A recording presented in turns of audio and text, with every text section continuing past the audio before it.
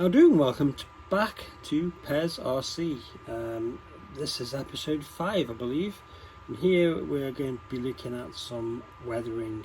Now I'm going to use some black grey. Might mix a tiny bit of black in with it in a second, depends. I've got this foam from some packaging. Just going to tear some off. What you're trying to do with the foam is to get a jagged tear. You don't want it to be flat because it won't work. So what you can do is get rid of most of the flat surfaces. Just ripping them off. Try to leave some foam behind, that'd be nice. And then check around it. You can always pull some little pieces or get some pliers, pull some chunks out. Just need some irregularity. There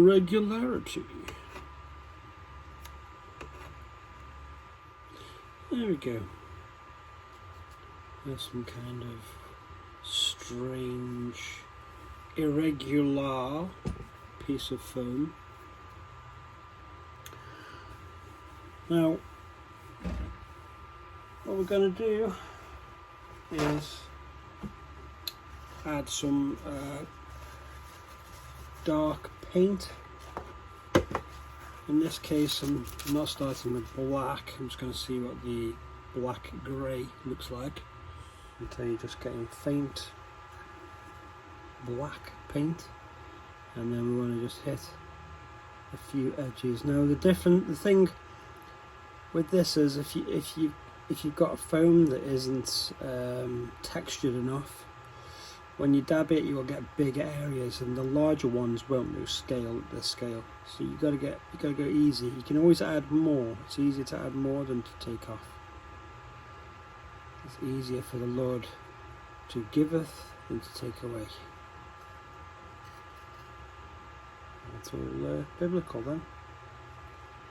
Around this area here where the latch is, I'm going to go a bit heavier. And what you want to do as well, if you can remember, because I haven't until now, don't keep dabbing with the foam in the same position, because you will get similar patterns. So when you're dabbing, you want to turn and sort of make sure you get more irregularity. And in the middle there where the latch is would be a lot more wear. And like I say, don't want to go too heavy at this point. Now the ones to be, it's easier to do the edge ones, and you're probably best doing them first with the amount of paint that you put on. When you want to do some to break up flat surfaces, that's where you've got to be careful, because that's where you can do your big splodges. So double check this is not too much on the foam. Give it a bit of a dab, and don't forget to rotate. And you want to just put the odd few random spots. Sometimes you can group them, sometimes you can randomize them.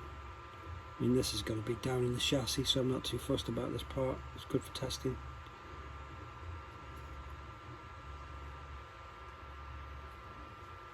Really good and effective around sort of hatches on military vehicles, because and grab rails, and we've got quite a few of those on the Mammoth. And areas that would be getting a lot of wear, like around lids in this instance. Now the top, when it's dried, we'll sort of see how it looks before we start bashing it with some. Actually, it's where it's located at the back, it probably would get more wear on it than I put on here. So we're going to hit it with some more, and especially if it was like a toolbox kind of thing, Now don't forget, we can always go in with a brush afterwards at a later stage and do more weathering with some more focused areas, like down inside that groove there that we can't get with the sponge, so you don't have to worry about it too much. Now another thing to be aware of is continually trying to use the same piece of sponge over and over again. The paint just dries up and you lose the texture, so don't do that. You're going to need a fair piece, probably use the whole one to do the whole vehicle, and it does take a long time and you have to be careful. Okay, and that's the essence of the sponge technique. Now the next stage would be to get some gunmetal colour. Same thing again, and try and hit the same areas. You can't really do it on these areas here, but the ones that are on the edges you will be able to get some gunmetal on those, and you only need a little bit here and there with the gunmetal.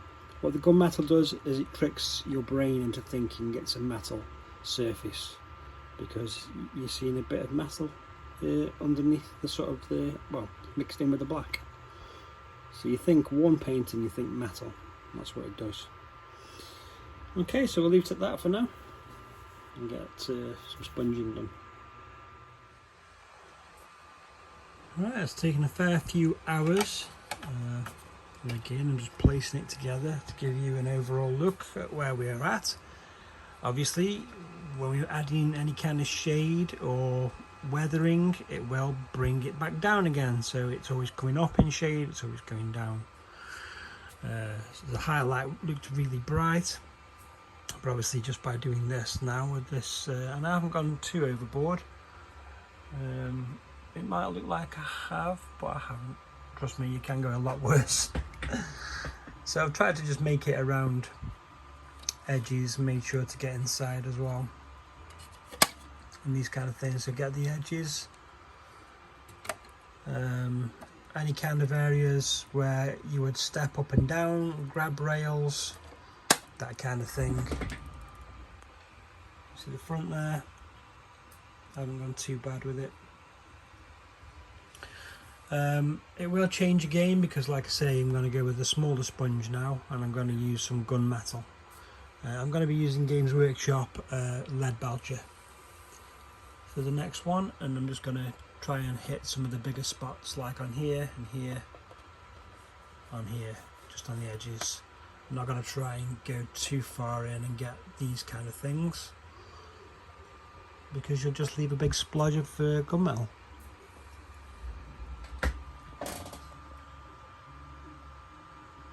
Okay, so you get the picture. It's looking kind of worn now, but still green, which is the main thing.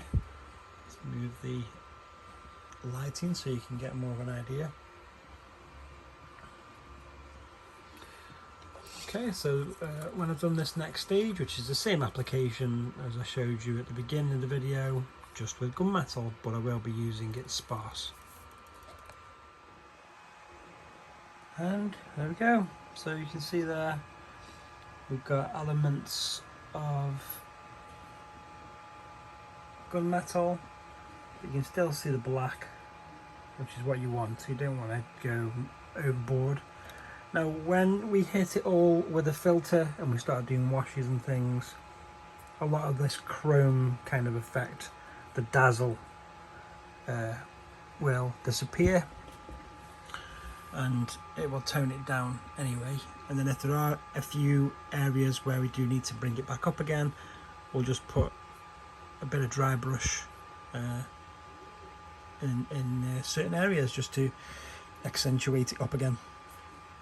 But mainly, as you can see there, it's like, you know, where you would step up, grab rails, top of hatches and vents and that kind of thing. So happy with it so far, and that is just using a sponge, a piece of sponge and a bit of paint and a bit of patience, and that's all you need. Thanks for watching.